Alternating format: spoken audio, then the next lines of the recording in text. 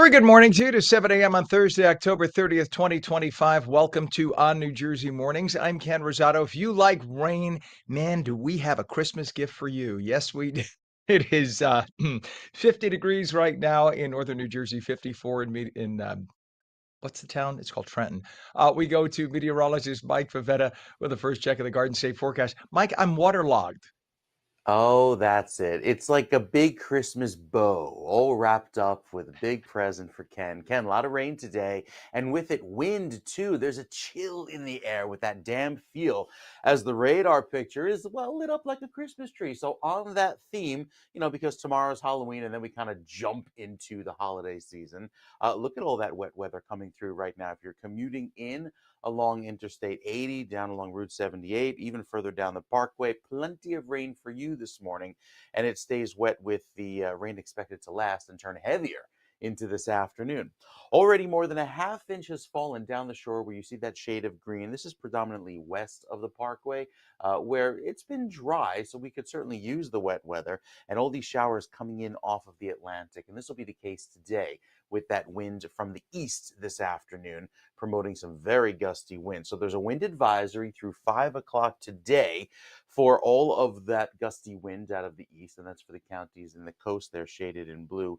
These counties in minty green is actually a coastal flood advisory for the Delaware. That's how much of a wind takes over into tonight and tomorrow. With the temperatures right now that are chilly, there's a big difference in temperature because down the shore it's actually in the low 60s this morning. However, you head up towards Sussex County, it's 48 degrees. So not as chilly as it has been, but that very humid feel with the damp weather remains. Temperatures about 13, 14 degrees warmer down the shore than they were this time yesterday. So the rain started last night just after midnight, and now it really begins to fill the picture with the showers lasting through this afternoon. And look at these wind gusts right now at 7:02 this morning. 38-mile-per-hour wind gusts over in Atlantic City, 38-mile-per-hour wind gusts in Mount Holly. Not too much of a wind chill. It just feels raw this morning with the wind chill basically matching that of the temperatures, but it's the wind gusts throughout the afternoon that are impressive. We could be approaching 50 miles per hour there on LBI, even through Toms River, and then with the wind shifting direction by tomorrow morning, it's just as gusty tomorrow with the sunshine, but the winds come from a different direction out of the south and west, and that will promote a very breezy afternoon into our Friday night. Saturday sees the winds relax by the end of the day, and then we're looking calm and clear for Sunday. So a beautiful finish to the weekend. Look at the future cast, though, showing all of the heavy rain getting going. This is about 2 to 3 hours earlier than the forecast yesterday. So this rain comes in pretty heavy right around the lunchtime hour, 12, 1 o'clock, crossing through the state and lasting through about 4 o'clock. So rainfall amounts could be anywhere from 2 to 4 inches as it pulls away. The worst is done by dinner time, 6, 7 p.m. We see the rain begin to wrap up, and then the wind switches direction, and by midnight we are back to clear sky. But those winds will be howling tomorrow morning into tomorrow afternoon, keeping temperatures only in the 50s, even though the skies will be generally clear, so we get to dry things out for the trick-or-treaters. Anywhere from 1 to 2 inches of rain expected to fall, at pockets a slightly heavier, that could be upwards of 3 to 4 inches, but it's a dry Saturday, breezy, a dry Sunday, calm, and the rest of the weekend looks very fair with nice crisp conditions early on Sunday morning, staying nice and sunny throughout Sunday afternoon. The next few days featuring a drying trend after the wet and windy finish to the day today. We'll tell you more about the next week's weather, the first full week of November, Ken, as we bring on the Christmas cheer. Just about 2 months away, coming up in just a few minutes. It's funny you said that. I was in the market yesterday and I saw nothing but Christmas. They had Thanksgiving, Christmas, Thanksgiving, Christmas. I'm like, my God, the switch is done Yeah, like that. Just want to it mention is. really quickly something that Izzy, our producer, reminded me of this morning. Because of all the rain, Tom's River, I guess it's called Tom's River for a reason. Tom's River has postponed their Thanksgiving celebrations. I guess they were going to do community celebrations of some sort to the following day, November 1st. Okay. Did I say, I see, I said Thanksgiving. Halloween. Thank We know you, what you meant. Izzy and Pam. Thank you. It is Halloween. So Halloween is going to be the 1st, November 1st, which is Got it. Saturday. instead of Friday in Toms River. But there you go. Thank you very much, sir. Appreciate you. It is 52 degrees right now in northern New Jersey, 54 in Trenton. And in terms of traffic, let's take a look at Route 17. We have a down tree now on Route 17 northbound Allendale Avenue in Saddle River. The right lane is closed and the right shoulder as well. Do we have that? There we go. Look at that. Yeesh. That's a good way to start the day. So on the right side is what we're talking about. That is again down tree Route 17 northbound Allendale Avenue in Saddle River, right lane and right shoulder closed. Crash on the Garden State southbound south of 168 Washington Ave in Washington Township. All lanes open, but that's causing a lot of rubbernecking. And a disabled vehicle on the Turnpike Express lanes northbound near exit 72 in Leonia. Take a look at the Hudson River approaches right now. Lincoln and Holland are 35 minutes each. The GWB upper and lower levels, very slow with all that rain. It's really going to be a slow go this morning, folks. You're talking 40 minutes already at the GWB. 7:06, President Trump and Chinese leader Xi Jinping met in Busan, South Korea earlier this morning. They're 11 hours ahead of us. Looking to cool an increasingly heated relationship, the two sides discussed moves on tariffs, finalizing the TikTok deal, combating fentanyl, and access to rare earth minerals. With a November 10th deadline approaching to reach a tariff deal, what began as Trump's crackdown on the flow of fentanyl into the U.S. has broadened into a longer list of trade and security issues. Meanwhile, the U.S. and South Korea have finalized the major components of a trade deal during Trump's Asia trip, committing South Korea to roughly $350 billion in U.S. investment. The investment package is structured as $200 billion in cash over 10 years and $150 billion in shipbuilding and industrial cooperation. In exchange, the U.S. is offering lower tariffs on South Korean goods, including auto industry goods, dropping from a previous 25 to 15%. Trump received South Korea's highest civilian award and significant ceremonial honors during his visit. 7:07 is our time. A 75-minute ground stop was ordered at Newark Liberty yesterday afternoon, the apparent result of staffing issues that come amid the historic federal government shutdown. Departures were grounded from 3 to 4:15 p.m. Following the stop, flights out of Newark were operating 40 minutes late. Air traffic controllers missed their paychecks Tuesday because of the ongoing government shutdown, and that has Transportation Secretary Sean Duffy and the head of the Controllers Union concerned the increasingly stressed out controllers will call out sick.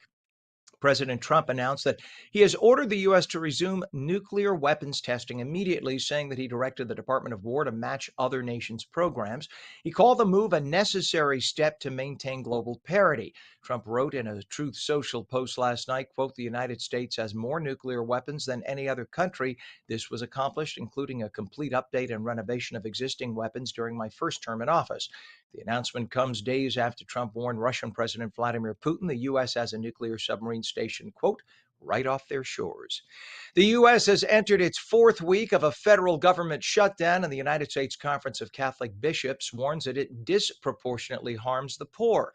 Programs like SNAP and other safety net supports are at risk of interruption. The bishops call this catastrophic. Organizations such as Catholic Charities and the Catholic Health Association are sounding alarms about long-term consequences for health and welfare programs. The bishops are calling for a bipartisan funding resolution to restore the programs, emphasizing the common good. And the Schumer government shutdown is now in its 30th day, and the Congressional Budget Office estimates it could cost up to $14 billion should it, God forbid, last another 4 weeks. 700,000 federal workers have been impacted, and programs like the Low-Income Home Energy Assistance Program and SNAP are under threat. Only 5 Democrats in the Senate are holding up the entire plan. It's a continuing resolution that would reopen the government so negotiations could resume to put out a new budget. But during a record 13 votes, no Democrats would switch sides, so the government remains closed. According to a CNN poll, a majority of Americans blame the Democrats for the shutdown, as nearly every Republican in the House and Senate have voted for this continuing resolution that would reopen the government. A federal judge in Honolulu found that Bilal Aseli was unlawfully serving as acting U.S. Attorney for the Central District of California because his appointment exceeded the 120-day limit without Senate confirmation. We had a similar incident right here in New Jersey. Despite the irregular appointment, the court did not invalidate the indictments brought during his tenure. That's important there. So everything that he did while he was in that role, whether it was legit or not, those charges, if you will, stand. because the judge found no due process violations. The Central District of California is the most populous federal judicial district, and the ruling creates potential leadership vacuums and operational questions. The case adds pressure on the Department of Justice regarding the proper appointments of U.S. attorneys. And the U.S. plans to cut its troop presence in Romania from 1,700 to 1,000 soldiers, Romanian officials said. The move was expected and reflects the Trump administration's new global priorities, including a greater focus on the Indo-Pacific region. The adjustment comes amid rising concerns over Russian drone and airspace violations in Poland, Romania, and Estonia, prompting NATO's new Eastern Sentry mission to strengthen vigilance along its eastern flank. 7-Eleven right now, a Lufthansa flight from Chicago to Frankfurt had to be diverted to Boston after a 28-year-old man allegedly stabbed two 17-year-old boys with a fork. It happened mid-flight. One teen was stabbed in the head, another was stabbed in the shoulder. The one who was stabbed in the shoulder apparently is doing better because he was wearing some kind of a thick vest. Investigators say the attacker is an illegal alien, an Indian national who was studying in the U.S. originally on a valid visa, but he let it expire, thus making him here illegal. The man also slapped a female passenger and a crew member and made a gesture mimicking shooting himself, so there may be some mental issues or substance abuse. We don't know what yet. We'll find out. The man was arrested. Once the man landed in Boston, he was charged with assault. Coming up on 712 right now, and if you like rain, we are going to have a lot of it today.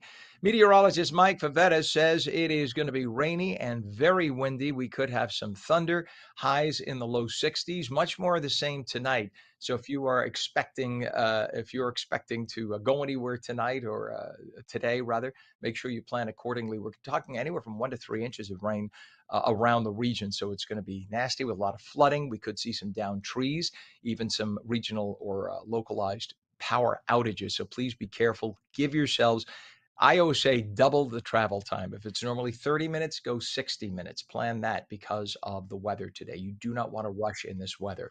So meteorologist Mike Favetta will return with the full Garden State forecast, and we'll take your calls at 888-658-0234. 888-658-0234. Coming up in just 17 minutes, I speak to my old buddies from Channel 7, Joe Nolan and meteorologist Bill Evans. They're going to be right here on our air. You're watching ONNJ Jersey Mornings. We'll be back in 2. Don't go away.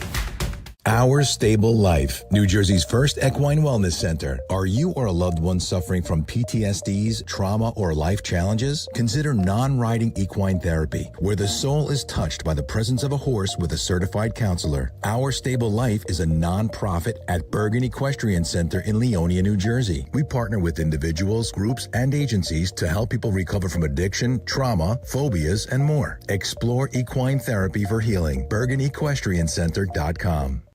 I'm Jack Chittarelli. New Jersey's been home to my family for more than 100 years. I love this state, but we need change. Housing, taxes, and electricity bills are crushing the middle class. And while you were paying more for everything, Mikey Sherrill was tripling her net worth in Congress. We need someone who's honest, with a real plan, someone who gets it. As governor, I'll fight every day for people who work hard and play by the rules, because that's what you deserve. Together, I know we can fix New Jersey. It's time.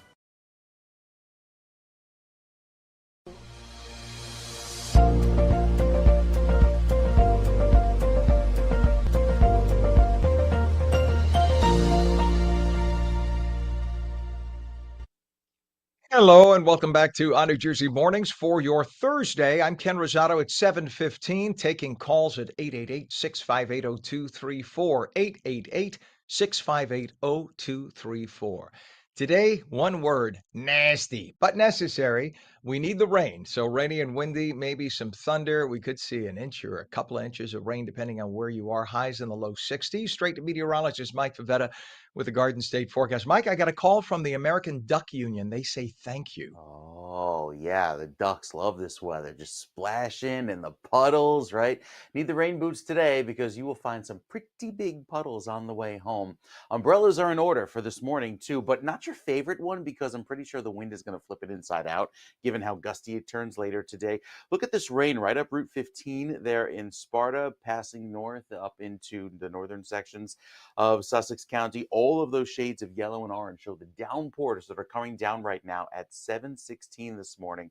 It stays very wet through the first part of the day and gets even wetter this afternoon because a lot of these storms that you see here showing up in orange and yellow, they intensify as they move toward New Jersey, and that happens this afternoon when the worst of the rain reaches us. So already some of those moderate rains coming through and crossing the Delaware into this morning, and with some of the heavy rains even down say toward the Turnpike, down toward the Philly area, the Philly suburbs, it'll stay wet through the first part of today. You see the rain first, and then the rest of the state as the showers march eastward.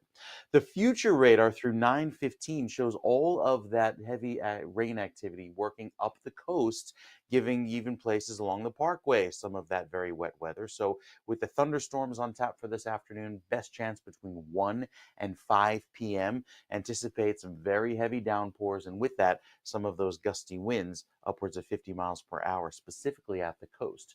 So as that rain pushes eastward, you see there's a lot more to come. Remember, this is our rain today. That offshore, completely different system. That's the outer cloud field of Melissa. So they're not the same storm. Our system is just a kind of a general nor'easter. So as we look ahead to the rest of this afternoon into tomorrow, the rain gets going and lasting through the end of the night. Clearing by tomorrow. Saturday looks beautiful. Lots of sunshine, and even going into early next week, we stay nice and clear. So sun on tap for the first few days of November. It'll feel very pleasant. Not anticipating any wet weather beyond that until Thursday. As far as this weekend, beautiful sunny skies for Saturday. Still breezy on Saturday. That's important to note. Won't be as windy as tomorrow, but at least the winds relax for Sunday with a calmer finish to the weekend. 57 degrees, Ken. It'll look beautiful. All right. We like beautiful. Beautiful is a beautiful thing. See, I keep looking at this artificial background behind me. I shouldn't knock that too hard. I'm Yeah. going to break it. Watch. And I keep seeing the sun and I'm thinking, ah, nice. And then I look outside my window, which is over there, and I go, easy. So, Yeah. all right, Mike. Thank you very much, sir. It is now 7:18. We have 48 degrees northern New Jersey and 55 in Trenton. What a disparity. 7-degree temperature change. So the front must be right in the middle of us and cold on one side, hot on the other, or warm on the other. We have some traffic to tell you about. First off, Route 17. We have a downed tree on 17 northbound Allendale Avenue in Saddle River. The right lane and right shoulder are closed. And look at that on your right side there, right above the 888. You can see the brake lights going on, and that's where that is in Saddle River. We also have a crash now on Route 29 northbound South Warren Street, Trenton, with a center lane of 4 lanes closed. And on the Garden State Parkway now northbound at the Union Toll Plaza, we have a crash. The left lane is blocked. You can see the flashing lights there just beyond the toll plaza. That's the left lane, which is currently blocked due to that crash. Your approaches to the Hudson River now, the Lincoln and Holland both reporting 30 to 35 minutes. GWB upper and lower level very slow this morning. So take a look. We have a kind of a slow go. And this, yeah, they're telling us 35 to 40. I bet you it's a little longer right now just because of the stormy weather. So give yourselves lots of extra travel time. It is 7:19 right now, a night of inspiration and empowerment in Jersey City, where community leaders, survivors, and supporters gathered. The Women Rising Gala celebrated courage, hope, and the power of second chances. On New Jersey's Lisa Marie Falbo was there. Women Rising is celebrating 120 years of helping those in need in the greater Hudson County community. We were with them at Liberty House in Jersey City to learn more about their inspiring mission. On a breathtaking night in Jersey City, the community came together for one powerful purpose: to rise. The annual Women Rising Gala brought hope, strength, and solidarity into focus, reminding us that when one woman rises, we all rise. You raise me up so I can stand on mountains. The evening opened with the stirring voice of Michael Daly, a message in melody that strength is not something we must carry alone. For more than a century, Women Rising has supported women and families in Hudson County, providing safety, housing, workforce development, and advocacy, not as charity, but as a pathway to independence and a new beginning. We all can think of one woman who needs our support in some way.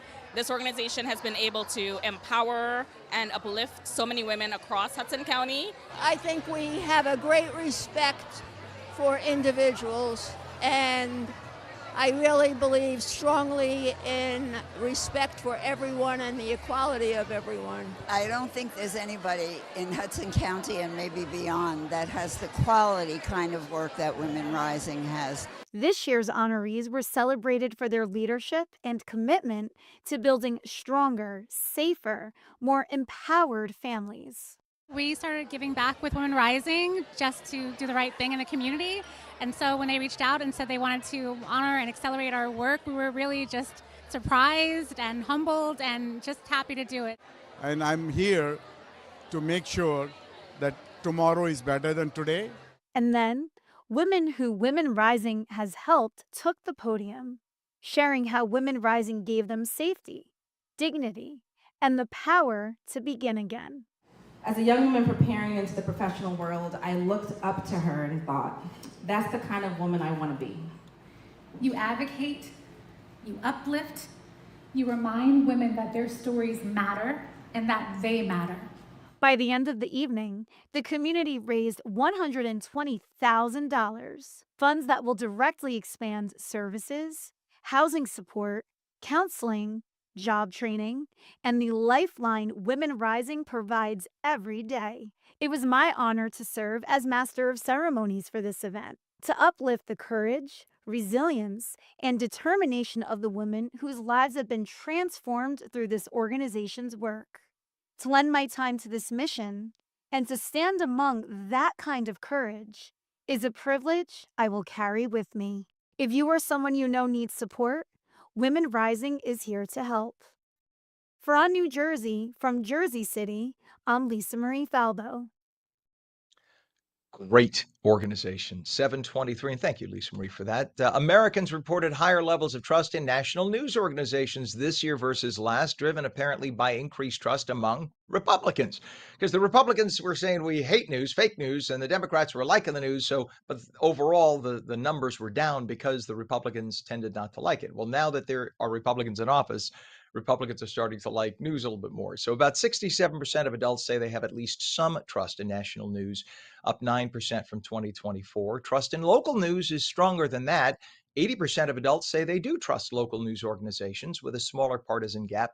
It's 87% among Dems and 75% among Republicans. Despite slight upticks, a significant partisan divide persists, though. So Democrats overall tend to trust national news organizations. Only about half of all Republicans do. And you can understand why. Listen, I worked in national news organizations. They tend to slant left. And if you're a Republican, you get very offended by that. You just feel like your voice isn't heard. So you can understand why that's happening.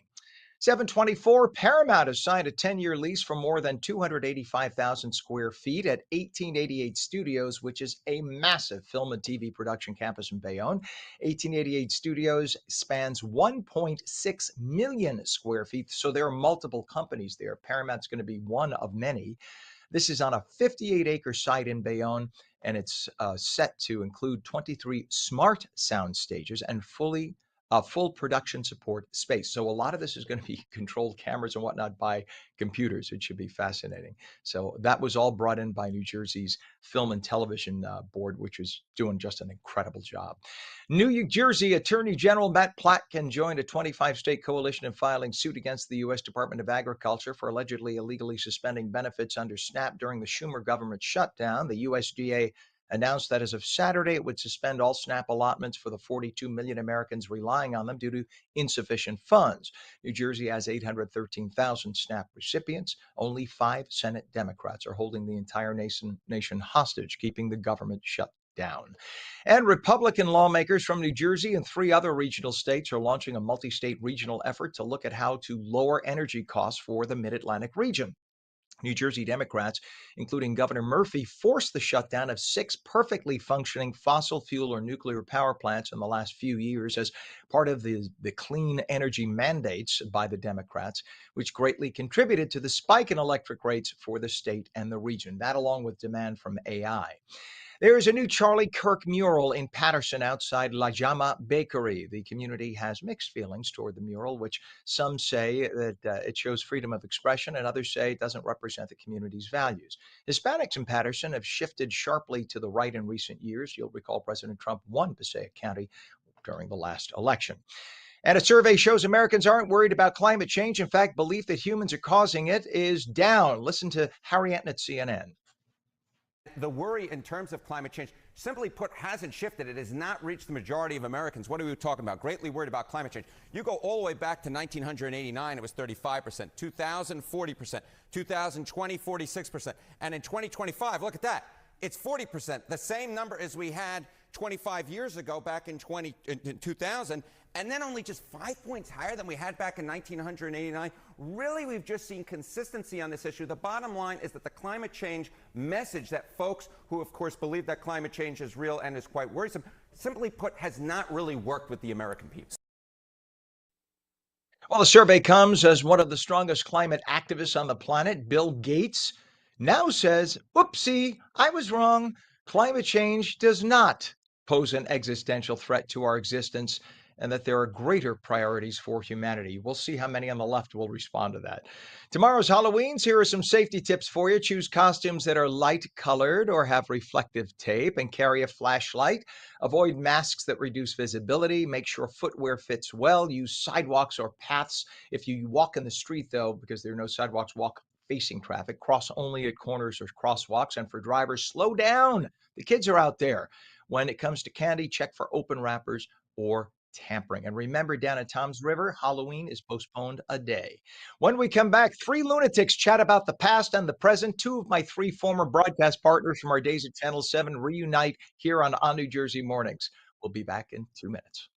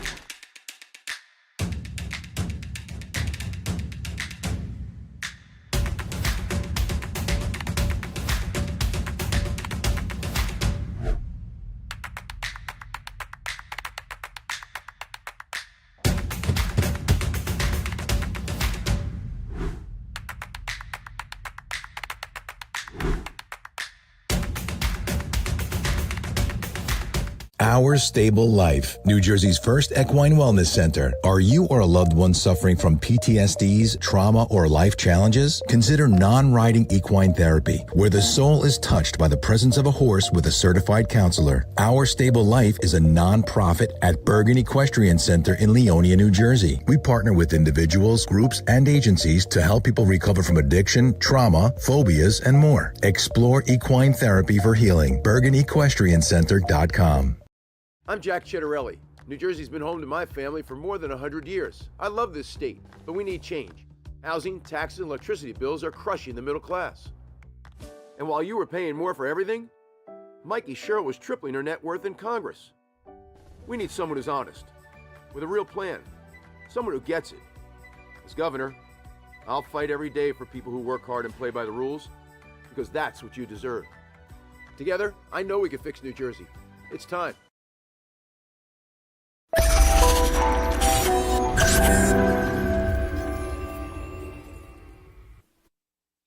very good morning to you. 54 degrees, 7:30 on Thursday, October 30th, 2025. That was northern New Jersey. It's 56 in Trenton. So there's quite a disparity in temperature depending on where you are in the state and as the front moves through. I'm Ken Rosato.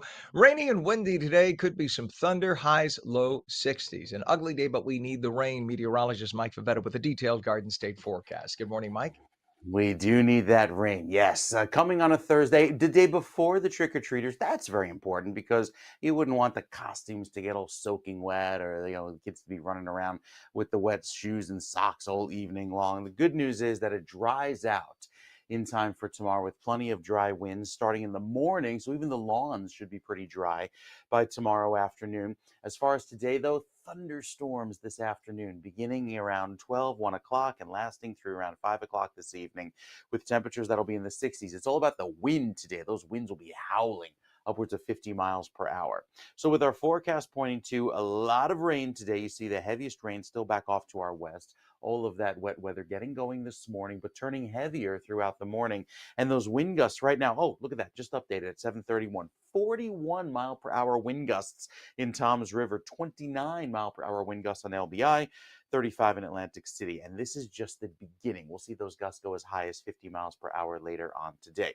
Quick check of Melissa. Oh, it kind of bounced around a little bit, but showing you that it's zipping quickly off to the north and east. Next stop is the outer bands will be impacting Bermuda by tomorrow. Now, our forecast here showing these thunderstorms this afternoon, lasting from about, again, 1 o'clock until 5 o'clock today.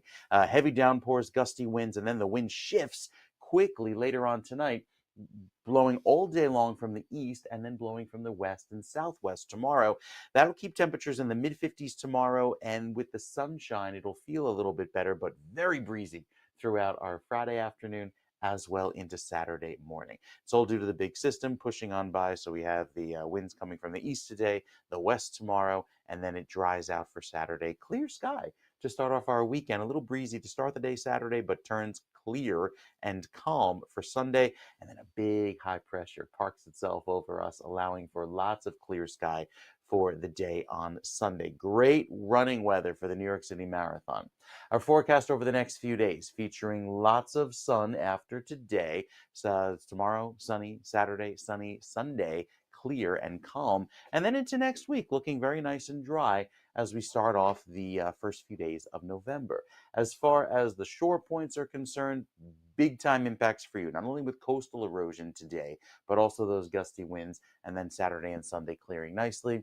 Looking beautiful into next week. Now, Ken got to sit down with a few friends. Can't wait to see this story. Let's check it out.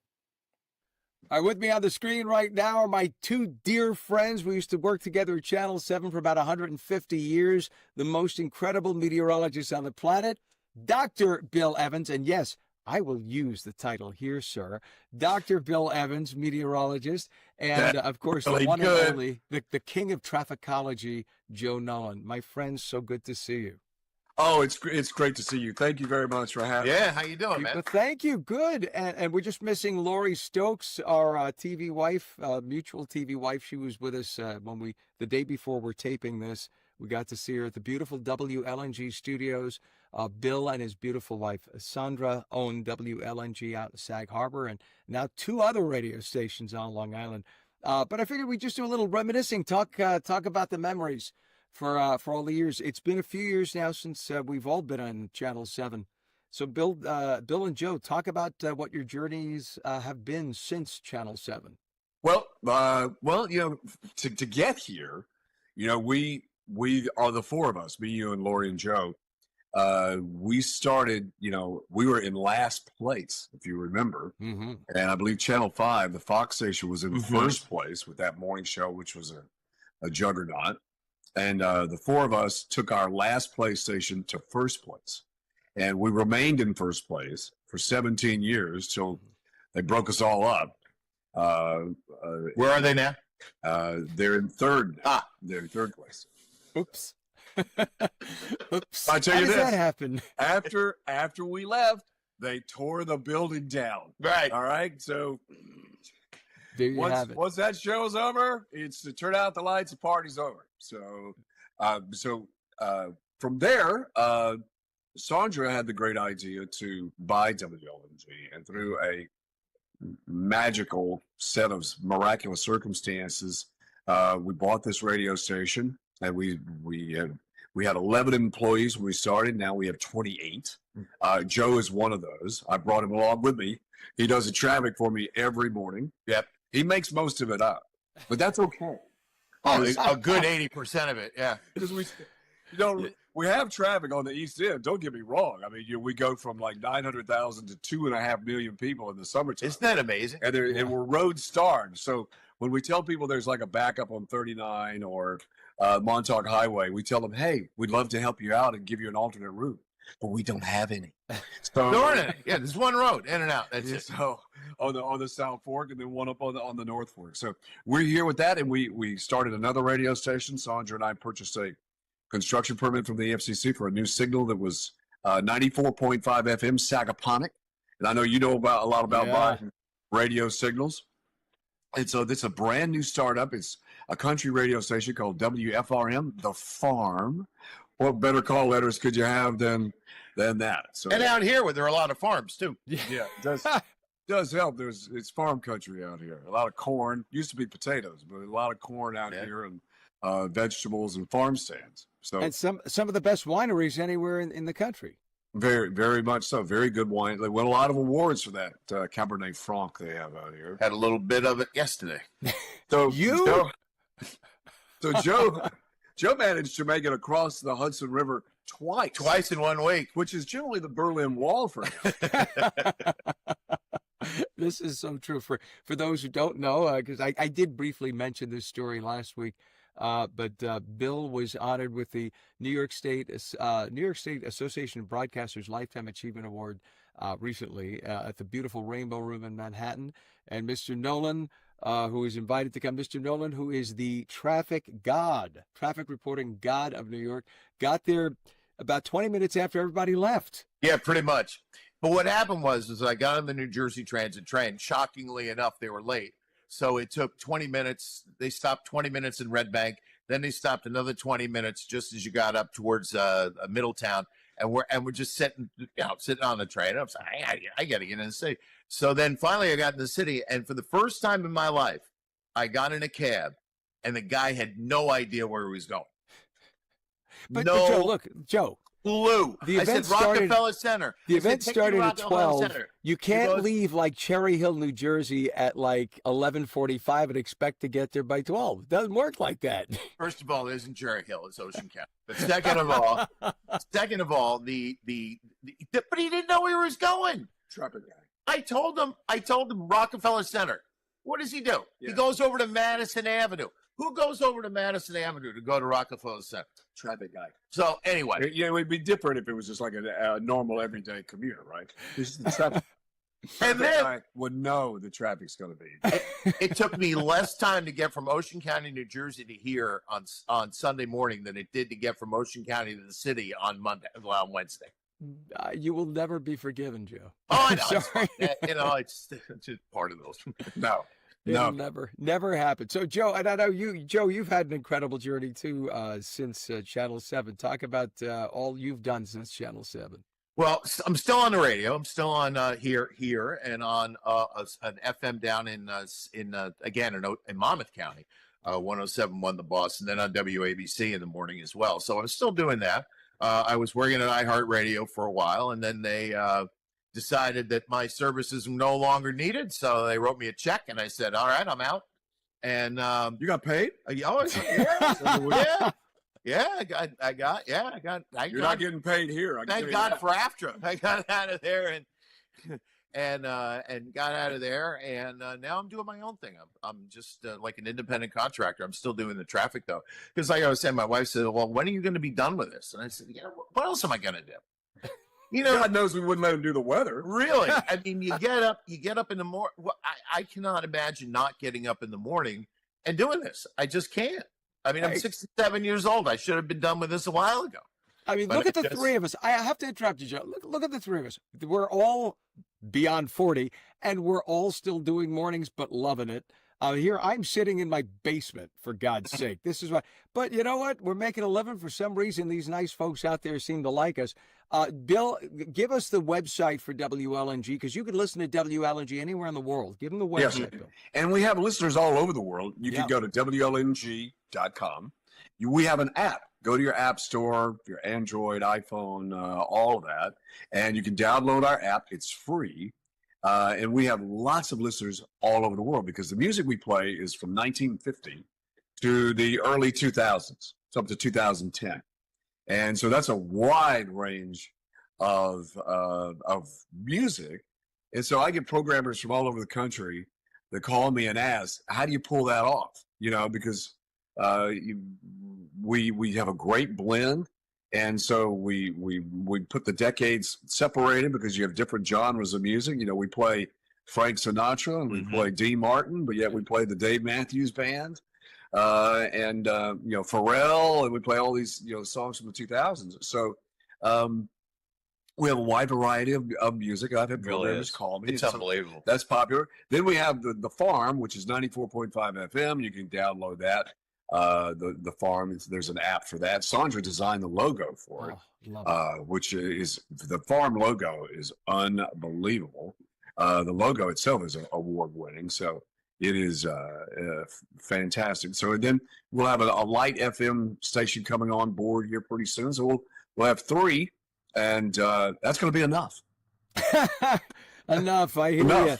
you. Enough. Yeah, we're not turning into Cumulus or iHeart anytime soon, I can tell you that. You know, Joe, something tells me radio stations for Bill are like puppies. He says it's going to be enough, but I don't see. Right. He's going to take over the fifth. I did have a Hall of Famer from the Hall of Fame approach me from iHeartRadio and said, what's it like to operate a radio station group that is profitable?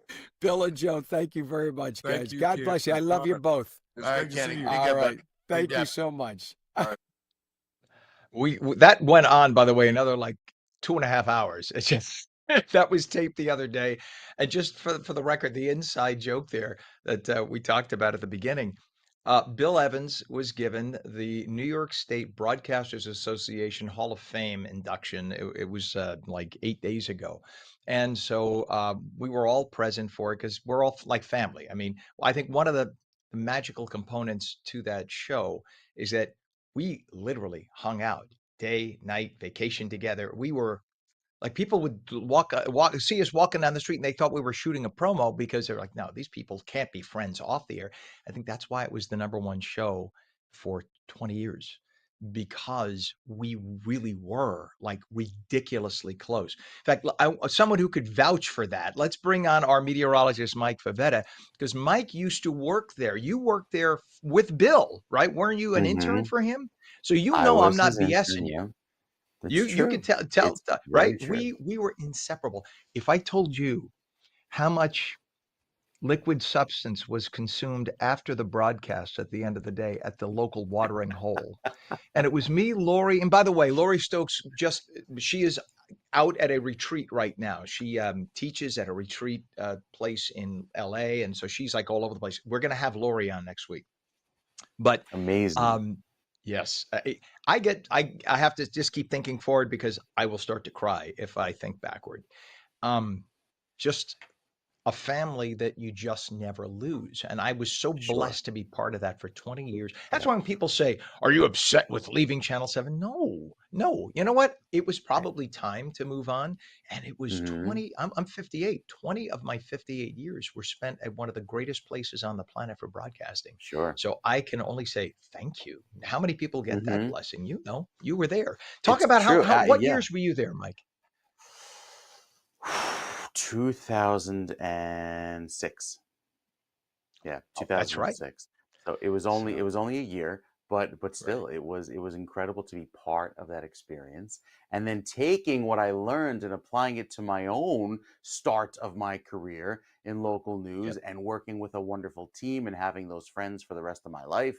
It really is something very special. So I think as a viewer, you felt the connection.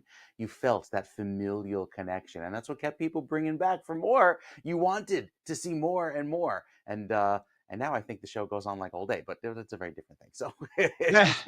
Well, we've got a just for what nice it's worth, mhm. I want to step in for a sec. I even last night was reminded. I just went online and looked at. So you could go on the internet. There are hundreds. Yeah. Just go to social media. There are like 500 posts of interactions. Right. I was sitting here and I was part of it, and I'm laughing.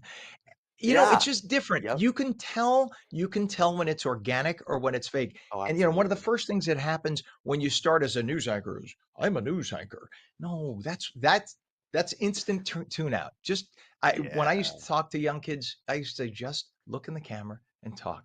Forget that anyone's watching except for one person. Sure. So I know you know how to do it because you're awesome at it. Let's go to meteorologist Mike Favetta with our check of the rainy Garden State forecast. Mike, good morning. Well, Ken, I can say I learned from the best, right? Learned from the best. Our forecast looking, well, not so great today. We've had better days in terms of weather. Today, really wet with the showers coming down right now, especially across Sussex County, moving their way eastward. Some showers through central New Jersey, right down to 87, the Parkway, the Turnpike, with the heaviest rain currently moving through portions of the southern half of New Jersey. You can see all of those bright shades of yellow down southern Ocean County into Atlantic County right now. So a lot of heavy wet weather that's already measuring more than half an inch in the rain gauge. So yes, there will be more wet weather to come as we're just getting the day started. Worst of the rain begins around noon and lasts through 5 p.m. And then we'll see those gusty winds at the same time. Temperatures today, they hold in the 60s, so it'll be a chilly rain falling. And yes, thunderstorms certainly possible. Looking a little forward into the first 2 weeks of November, average temperatures for us, above average temperatures out in the Midwest, and dry there as well, with our forecast staying, well, equal chances of wet and dry. The next few days featuring drier conditions, gusty breezes as well, as the forecast takes to a very windy day tomorrow. Saturday starts off breezy, turns clear by the afternoon and calm, and Sunday is very dry. Early next week, seasonably cool, even down the shore, Ken, starting off our day tomorrow with those gusty winds, staying breezy through the afternoon. Saturday turns calm, and next week looking nice and dry. Cool and sunny. We'll take that. All right. Thank you very much, sir. 747 right now. We have 50 degrees northern New Jersey, 56 degrees in Trenton, 6 degrees, and we're only an hour apart or so. That's a big disparity. Take a look at what we have now at this is 1:30, right, Pam? So we have an issue here on this is, oh my God, we have so many accidents in front of me right now. Thank you. 295. So we have an overturned vehicle on 295 northbound exit 36, Route 73. Mount Laurel Township, left shoulder and right shoulder both blocked, and that's just ahead as they about a half a mile beyond where they are right now. So you can see everybody already, the delay backing up about half a mile. The brake lights going on. We also have a overturned vehicle on 295 at exit 36 northbound Route 73. That's not far from there. We have an issue on the Turnpike crash. Exiting interchange 13, 270 at Goethals Bridge in Linden with a toll lane blocked. Then over to Route 17, we have a down tree northbound. Look at that mess. Northbound Allendale Avenue in Saddle River. This has been going on for about an hour. The right lane of the 3 lanes and the right shoulder are blocked. Back to the GSP, we have a crash now northbound Union Toll Plaza, Hillside Township with the left lane blocked. And the approaches to the Hudson River, Lincoln is now saying 40 minutes. Holland is 35, and the GWB upper and lower level both kind of slow. We're talking 35 minutes on the upper and 40 on the lower to get into Manhattan. 748. And we have a lot happening in the news right now, but we have a lot happening in classrooms. We're going through a moment of massive change in our classrooms. Artificial intelligence, it's everywhere, right? It's on our phones. We talk about it all the time. Well, from the latest learning apps to ChatGPT, it's transforming how students study, write, and also problem solve. So the question is, are kids still learning to think for themselves? Well, Dr. Vasant Dar is a professor of NYU's Stern School of Business. He's also at the Center for Data Science. He's also the host of the Brave New World podcast, where he explores how technology and ethics intersect. And he's got a new book coming out this year, or next year rather. It's called Thinking with Machines, The Brave New World of AI. And we welcome Dr. Dar. Good morning. Good to have you on, sir. Great to be here, Ken, on this wet morning. And my book comes out in a few weeks, not next year, A few thankfully. weeks. Sorry, we had here on the Indeed. bio next year. So it's No, this year. It's this a couple of that's weeks. So right. we'll Yep. look for it. In fact, I'm having a book launch in the next couple of weeks at NYU. Nice. And by That's the my way, alma mater. oh really? Wow, small world. Yes, fish school. But by the way, I really, I think I'm going to tune into WLNG. It's, sounds right up my alley. Yes. The period they're talking about includes a lot of genres that I sort of grew up with. So It's a I'm great going to check station. it It out. sounds like if you could recall WABC radio back in the day, 60s, 70s and whatnot, that's what WLNG sounds like. It's a great station. Yeah, definitely check it out. So Yeah. just getting to this is fascinating, and I'm so glad you're tackling this. So AI is changing things in the classroom in a big way. Talk about how it's impacting the classroom. We are in uncharted waters at the moment. This is like a new being, that's inserted itself on the planet, like AI.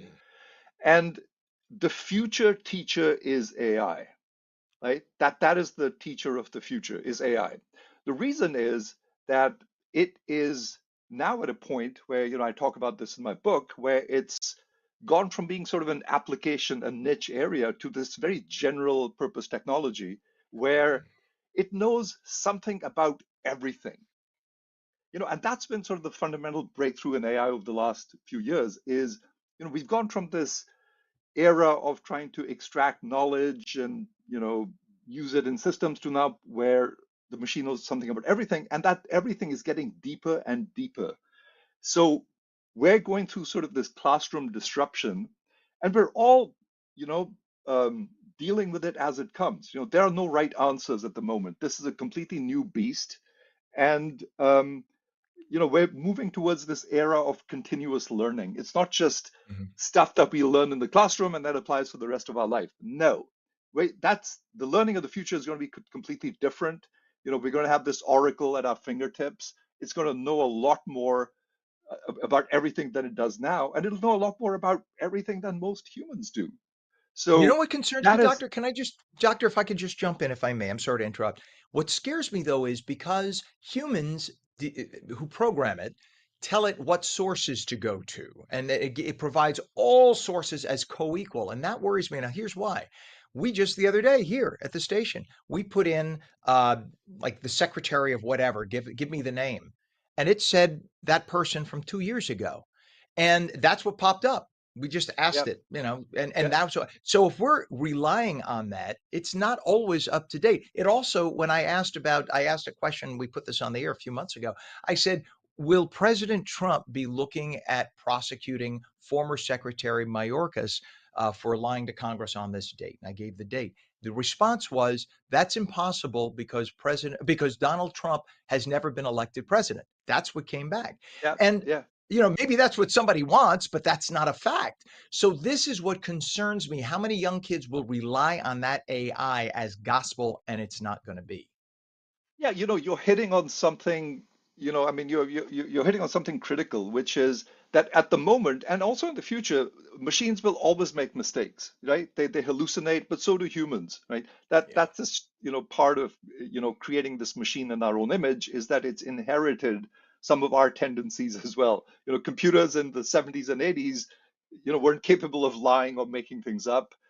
Now they are. In fact, computers are also now capable of deception and manipulation. So they've learned our dark side, right? So we've created this machine without any purpose. The first machine, by the way, created by mankind without a purpose is artificial intelligence. So you just think about that. But you're absolutely right. There is no substitute for critical thinking, right? When I say the teacher of the future will be AI, what I'm talking about is that more generally, that's what we'll turn to for answers because it will know a lot more. What we're going through at the moment is a transitional period, right? I mean, if you think about it, the machine, as most people know it, the modern AI machines, it's been around for like more than 2 years, right? That's just like the tiniest blip, in our history, right? 2 years. Like imagine like 20 years or 50 years. You're going to be looking at a completely different AI than you're looking at now, right? But we're going to be looking at the AI today and saying, wow, that was laughable, right? Even though we thought it was amazing, right? It was nothing. So, Yeah. we've got to take the long view. And in the long view, AI will play an increasing role. And we're all struggling to understand how that's going to happen, right? No one has the answers. When you're in uncharted waters, that's what you do, right? You're sort of doing the best you can.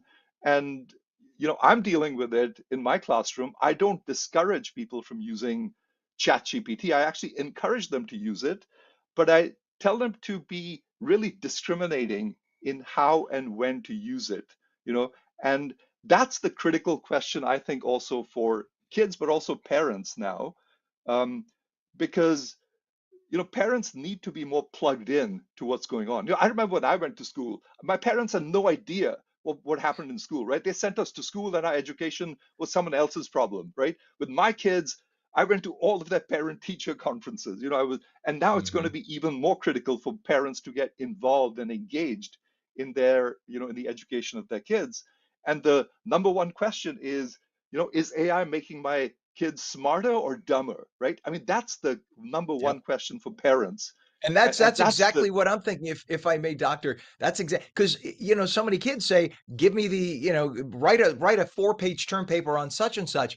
Well, and how many kids are even checking it? I know that as a doctor or as a professor, you know what was AI. You could read it. I see when we have an AI generated story, it's horribly written, but that's going to change.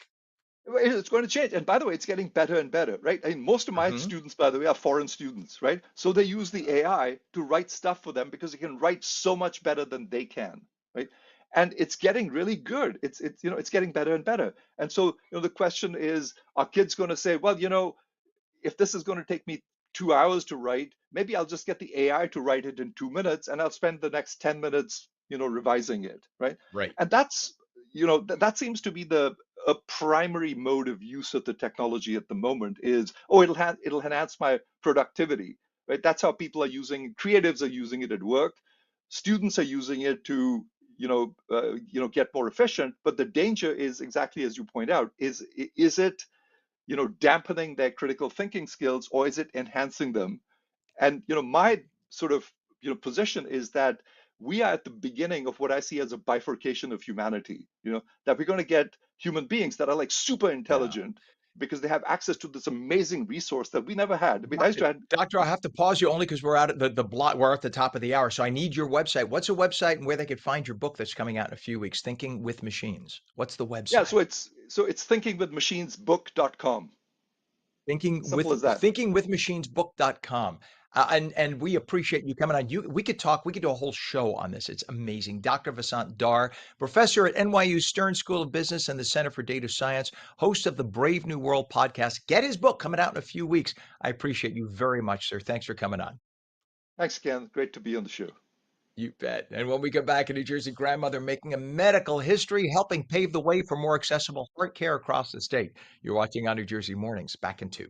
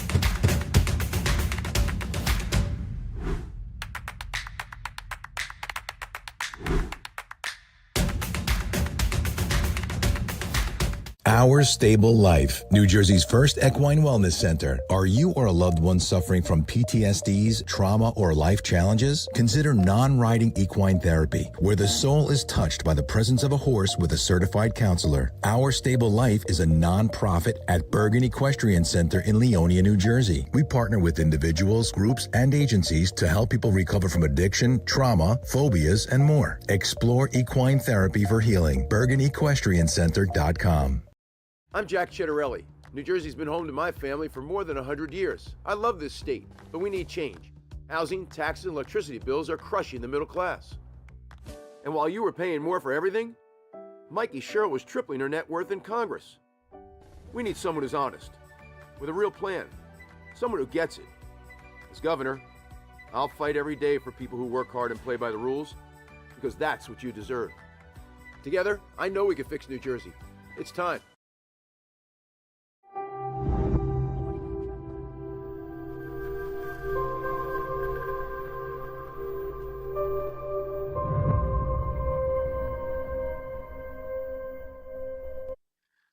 Very good morning to you. It is 8 a.m. on Thursday, October 30th, 2025. Welcome back to ONNJ Jersey Mornings. I'm Ken Rosato. And we are going to take your calls. We'd love to hear. In fact, let us know what the weather's like where you're at, your particular location.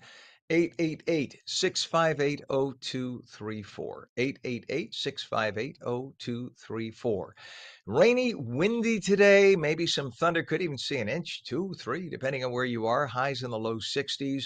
In fact, it's so rainy, we bring on meteorologist Mike Favetta. It's so rainy that Tom's River, New Jersey, they had their Halloween stuff scheduled for tomorrow, I guess, for the kids to come out and stuff. They're postponing it to Saturday. Sure. Are they worried about what continuous flooding right through the overnight into Friday? Is that why they would do that? So what's interesting about Tom's River is because it's on the eastern side of New Jersey and we have a west wind tomorrow, there's no coastal flooding concern for Tom's River, but the winds tomorrow afternoon, they're really going to be strong. They're gusting upwards of 50 miles per hour. And with the kids out and about, that's going to be a little precarious, especially across the state. We'll see those winds gusting tomorrow afternoon very high through the end of the day.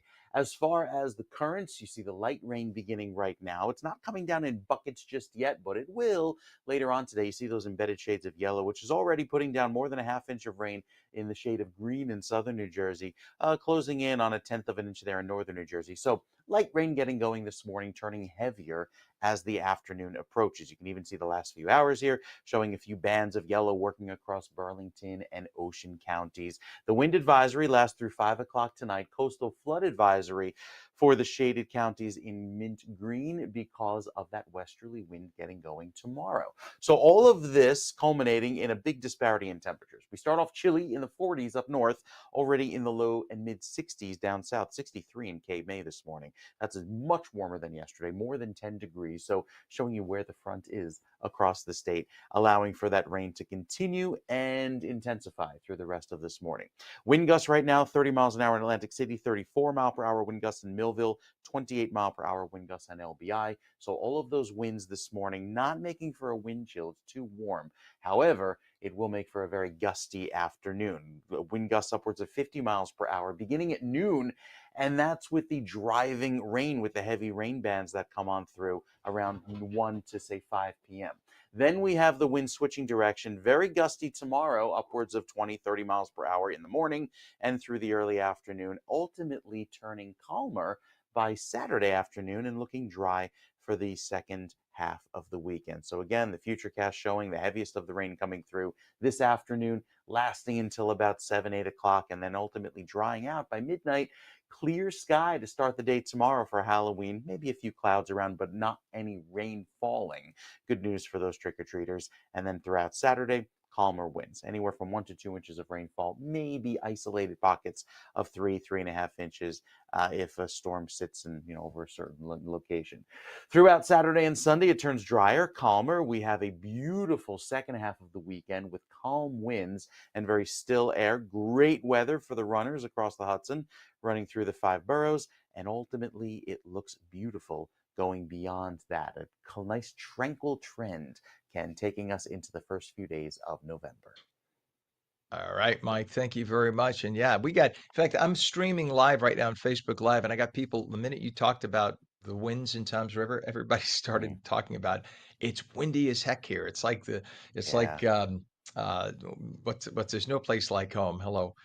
Wizard of Oz. Wizard They're of talking Oz? about Yeah. huge winds right now. No tornadoes, but just big winds. All right, Right. Mike. I shouldn't have even said that because now people, I heard Ken say that T word. Not going to say that. All right. It has nothing to do with this. All right, Mike, we will check back. I know you're busy, sir. Thank you. It is 48 degrees northern New Jersey, 56. Again, an 8-degree disparity and only about 50, 60 miles. And that's because the front is coming right through. And that's why it's impacting us. And that's why we have those huge winds right now down the shore. Right now, in terms of traffic, we have an issue. If we go to 287 at Possumtown Road, This is in Piscataway. Take a look at the brakes there. So it looks like everybody's getting from the right lane. They're trying to merge over to the middle, and there is no crash reported, although that could change. But right now, it looks like that's just flooding. That's what you're going to find. A lot of pooling, ponding on the roadways, people getting toward the middle, and that's what it's causing. So that is Piscataway, 287 Opossum Town Road. You can see pretty much bumper to bumper there as a result. We have a crash on the Garden State Parkway southbound, south of exit 102, Asbury Avenue in Tinton Falls, left lane blocked, and also on the GSP crash northbound, north of exit 58, which is Little Egg Harbor Township. All lanes are open, but that's causing a big delay through there. 295 has a crash northbound, north of exit 67, Route 1 in Lawrence with the right lane closed, and we have an overturned vehicle on 295 northbound at exit 36, Route 73, Mount Laurel Township. The left shoulder and right shoulder, the extremes, both closed. 280 eastbound, I-80 to exit 1W, New Road, Parsippany Troy Hills. All lanes are open, but we have bumper-to-bumper traffic through that area. Again, a lot of area flooding. The approaches to the Hudson River right now, 35 to 40 going into the Lincoln Tunnel. It's 30 into the Holland. GWB upper and lower levels. Right now, we have about a 40 to 45-minute crossover. It's 40 in the upper, 45 on the lower. 8:06 is our time. A New Jersey grandmother is making medical history and helping pave the way for more accessible heart care across the state. Millie Ramos is a 63-year-old from North Bergen. She's the first New Jersey resident and among the first in the nation to use BioBeat's FDA-cleared cuffless blood pressure patch. It's a disposable, single-use, 24-hour wearable that replaces those blood pressure cuff readings. You just put it on your skin, and it can detect the pressure in your blood vessels. With us this morning is Dr. Pragnesh Godfrey, who is the interventional cardiologist at RWJ Barnabas Health Medical Group. And good morning to you, Dr. Godfrey. Good to have you on. Good morning, Ken. Good to be here. Thank you, and good to have you. You know, as a patient who has AFib and who has to have his blood pressure monitored a lot, how significant is this new cuffless blood pressure patch? Because you could put it on somebody and have it monitor, I guess, phone in the data to you 24 hours a day, right? No, absolutely. We're living in a technology-driven world, and I think this BioBeat monitor that we use has had a dramatic impact in being able to recognize high blood pressure or variations in blood pressure outside of the office. Yeah, so when they call it what, white coat syndrome, when somebody goes to the doctor, they get nervous when the cuff goes on. So the blood pressure reading, you could, when you wake up, it might be 110/70. By the time you rush, you hit traffic, you get to the doctor's office, you're nervous about what he's or she's going to find. They put the cuff on, all of a sudden you're 140/90, right? So that's, I guess they call that white coat syndrome. But this Exactly. allows people to get monitored 24 hours a day in the comfort of their home, even when they're sleeping. Absolutely. This uses a technology called photoplethysmography, and these sensors emit light that reflects the flow of blood through the skin, and the reflected light comes back, and they use specialized prioritized algorithms that create waveforms that can analyze and accurately depict the blood pressure of a patient. And you're right. I mean, I don't think there's a better time to talk about high blood pressure than now.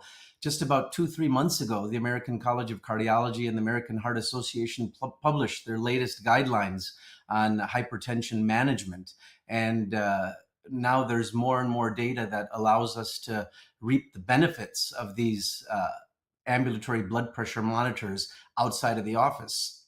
And Ken, you spoke correctly. White coat hypertension is an important aspect.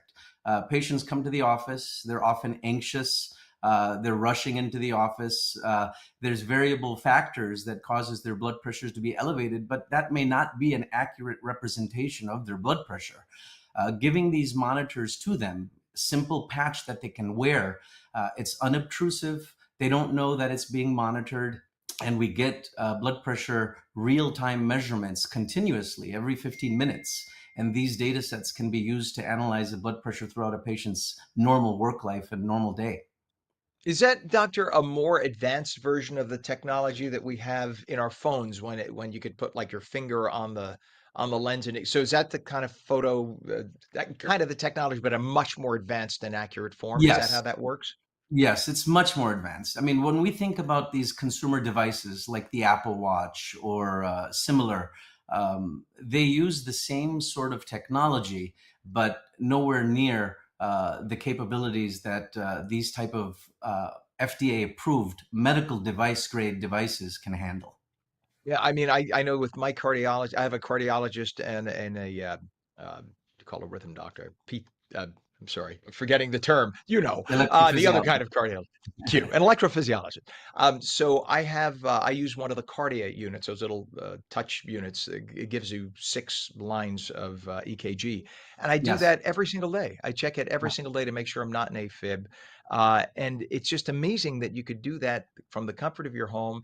Your doctor can comfortably monitor you without you having to make an appointment. You email it in every day, and boom, you could stay on point.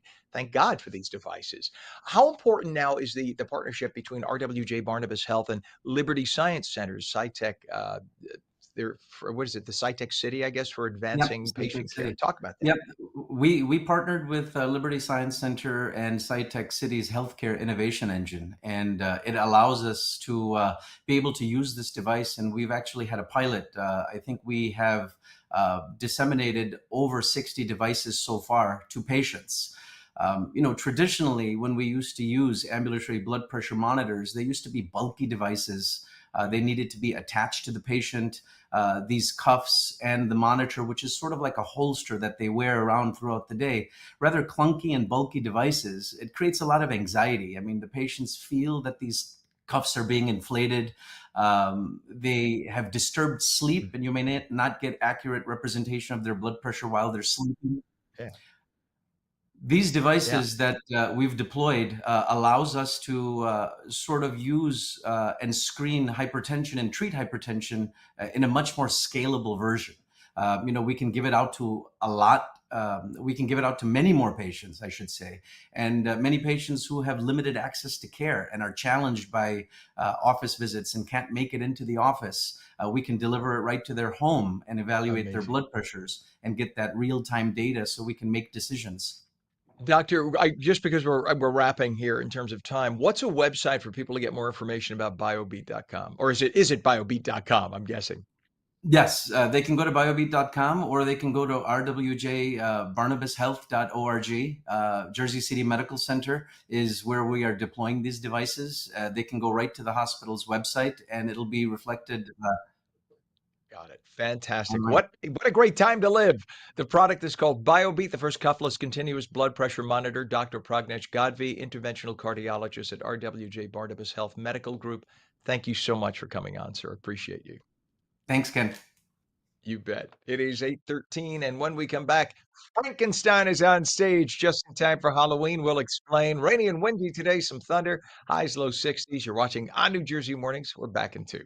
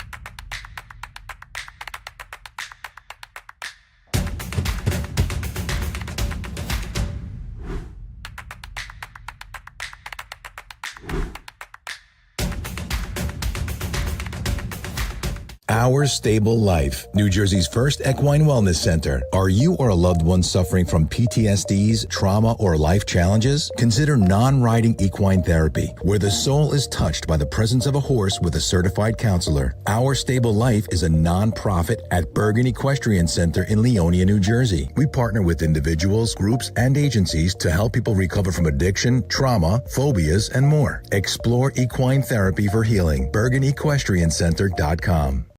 I'm Jack Chittarelli. New Jersey's been home to my family for more than 100 years. I love this state, but we need change. Housing, taxes, and electricity bills are crushing the middle class.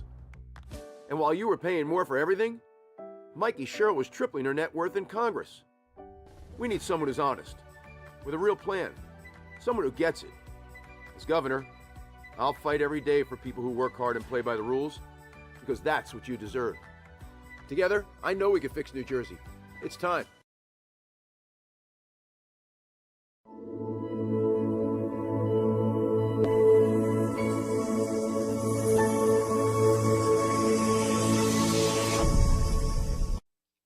Welcome back to On New Jersey Mornings. I'm Ken Rosato at 8:15, taking calls at 888-658-0234. Rainy and windy today. Could be some thunder, highs, low 60s. Let us know, by the way, where you are in New Jersey and what the forecast is translating to. We want to know how much rain and wind. I said Wayne. That's a combination, rain and wind, you have in your locale, because New Jersey is a big state.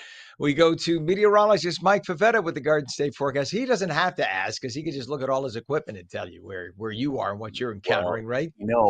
It's the wind at the coast. I think that's really going to knock some people over today.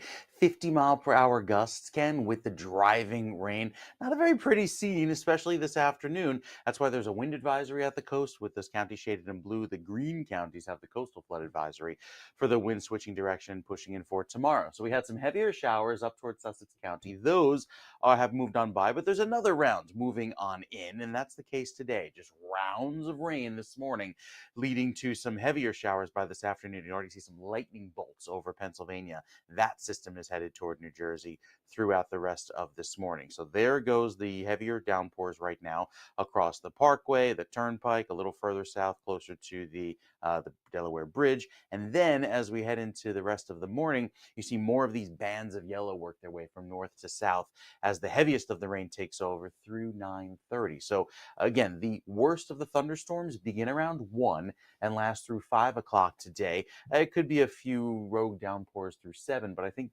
worst of it is done just before the dinner hour. And with those, temperatures will hold in the 60s. Very gusty winds today out of the east, as already we've seen about a half inch of rainfall statewide, but 1 to 2 inches additional rainfall is expected.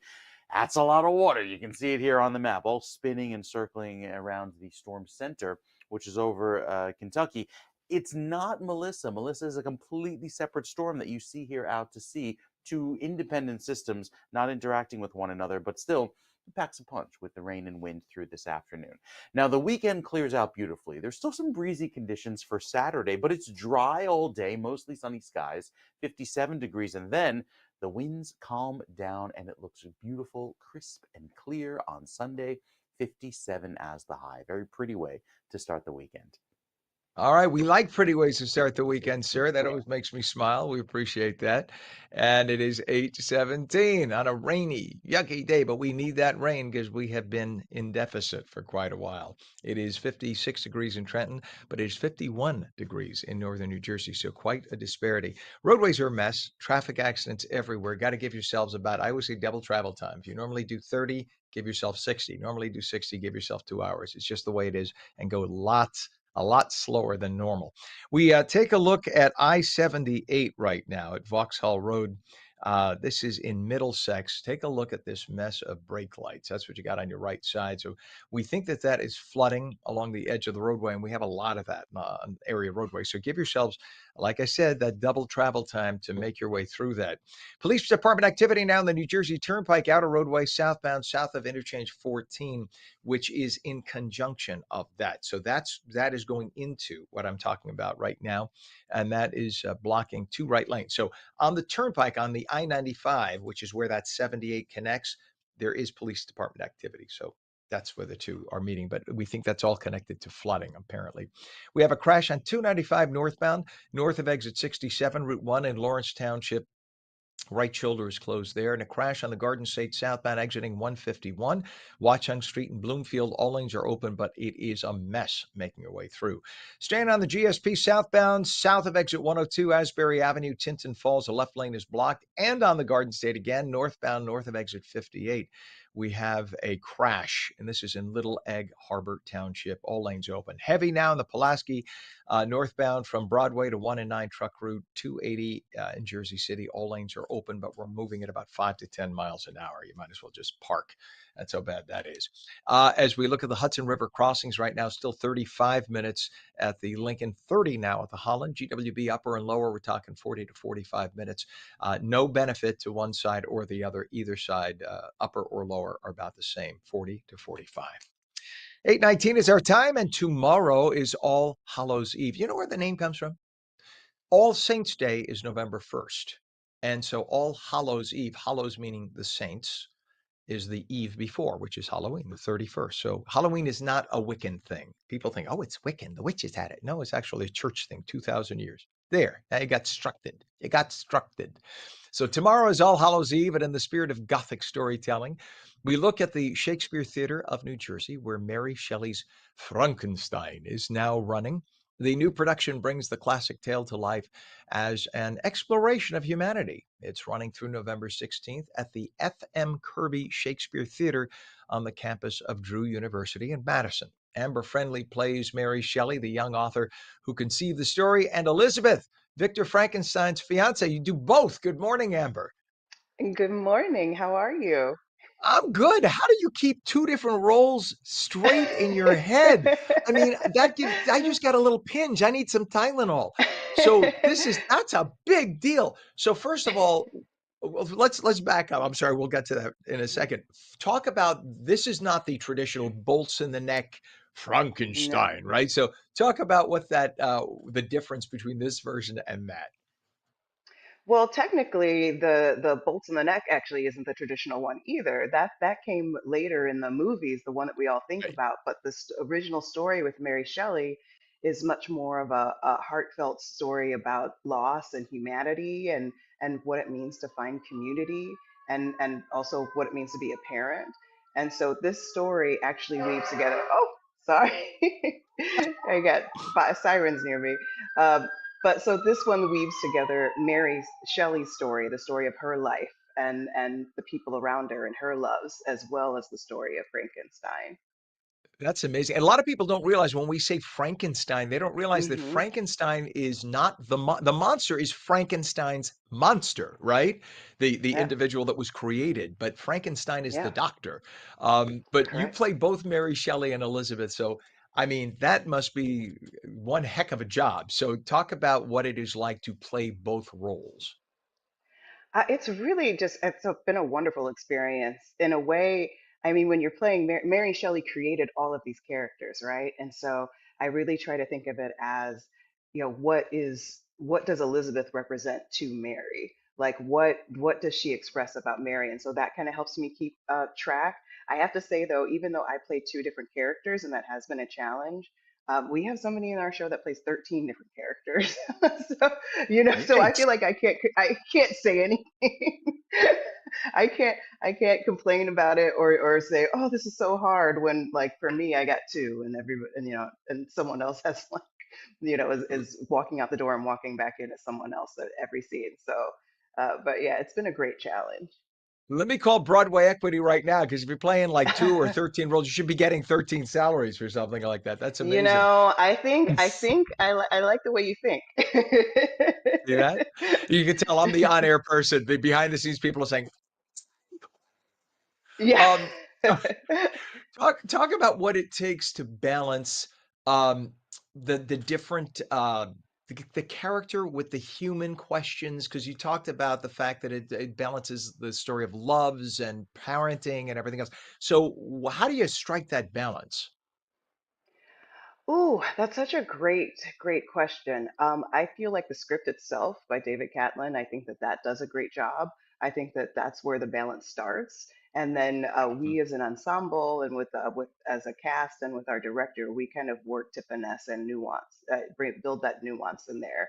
But yeah, there's different elements of horror. There's actually some elements of comedy in there.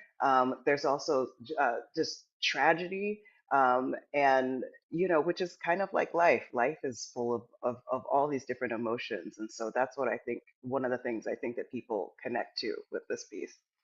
Right. When you say comedy, you don't have to stop and say Frankenstein like the Mel No, Brooks play. No, we don't do that. That's a we whole don't do different thing. that. No, No, that's a different show. Now the leave the production comedy to is Mel Brooks. Yes, yes, we bow to him. He's still great. Exactly. The production is visually and emotionally intense. You have thunder, lightning. How do you pull that all Mhm. off? The special effects people on stage. Oh, we have a great crew. We have a great crew. Everybody from top to bottom just worked really, really hard to get everything together. And so it was a really intense rehearsal process, of long hours, very long hours and lots of coffee, just to get everything right because there are so many otherworldly elements that get brought into the show. And so just throughout the rehearsal process with the design team and with the cast, we just work our best to work around and with those elements. But And by yeah, the way, there's definitely some special effects. I was gonna say, I'm so in love with, like, the community that you're in. Madison is for people who've never been, is that not the coolest place? What a great, beautiful it's, like, hip with great restaurants and cafes, and at the same time, it's very Yeah, country, and it's what a beautiful combination, right? it's so pretty. I know. This is my first time visiting out, and I've been staying here for the show, and it's been absolutely lovely. I have a new favorite brunch spot, so I'm really I'm really excited. That I tell makes it everybody about butter and jam. Um, so that's a I free love free that. promo. Yeah, I stayed, in Florham Park, which is right next door. I had to stay there Yes, temporarily while my place was getting ready here, where I'm broadcasting from right now, and I went into Madison a lot, and I was like, "Oh my god, what a gem this place is." It's it just is. amazing. So cool. It's so So now gorgeous here. we got about a minute and a half left, and I just wanna I'm being selfish here, talking about my experiences here. The play begins with Mary Shelley and her friends at Lake Geneva, where she first Yes. dreamed up the story. So how does that story within a story structure help understand Mary? Well, you have the story within a story within a story. So you have, the story starts, we're telling the ghost stories, and then everybody kind of jumps in, and then we have some lovely effects to kind of drift into the story of that Mary is writing. So everybody is creating the story together. And then within the story, you also have Frankenstein telling his story. And so we kind of weave in and out, and the moments that we go in and out kind of highlight where the connections are. Like if something really speaks to Mary's life, she might get distracted and jump out of the story. And I so it love it. really, and there's a lot of parallels with Victor and Elizabeth, and then Mary, and then Percy Shelley, I love it. her This love. is I have So to it's jump in only really, 'cause I oh yes, apologize. I asked that very end. We're no. down to the last 30 seconds. Just really fast, a website for information or tickets? New Jersey Shakespeare Theater. We have so many events going on. .org. There are so many events going on. So many fun things you can besides coming out to see the show. We have so many events happening. So please, please, please, please Beautiful. come out. All right. Mary Shelley's Frankenstein running through November 16th. FM Kirby Shakespeare Theater on the campus of Drew University in Madison. Star actor Amber Friendly. Thank you for coming on today. My pleasure. Thank you for having me. My pleasure. Thank you. And you're watching On New Jersey Mornings. We're coming right back.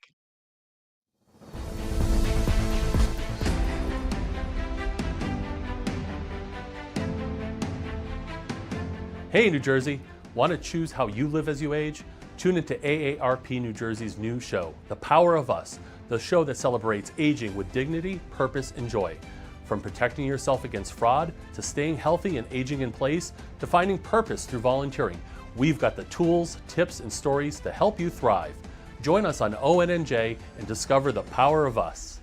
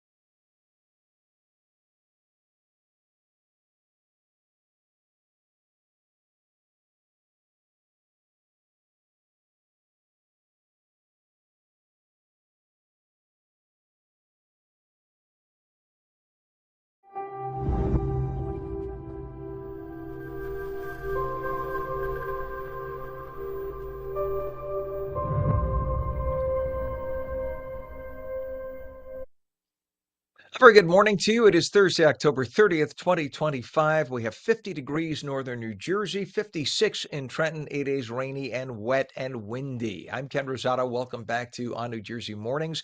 More of that through much of the day. Could even see some thunder, highs, low 60s. Meteorologist Mike Favetta with the detailed Garden State forecast. And Mike, I don't know if you're hitting it here or hitting it later. What's going on with, I'm sorry to throw the wrench. What's going on with in the tropics right now with Millie? So Melissa is working its Melissa. way through Millie the is my open little ocean.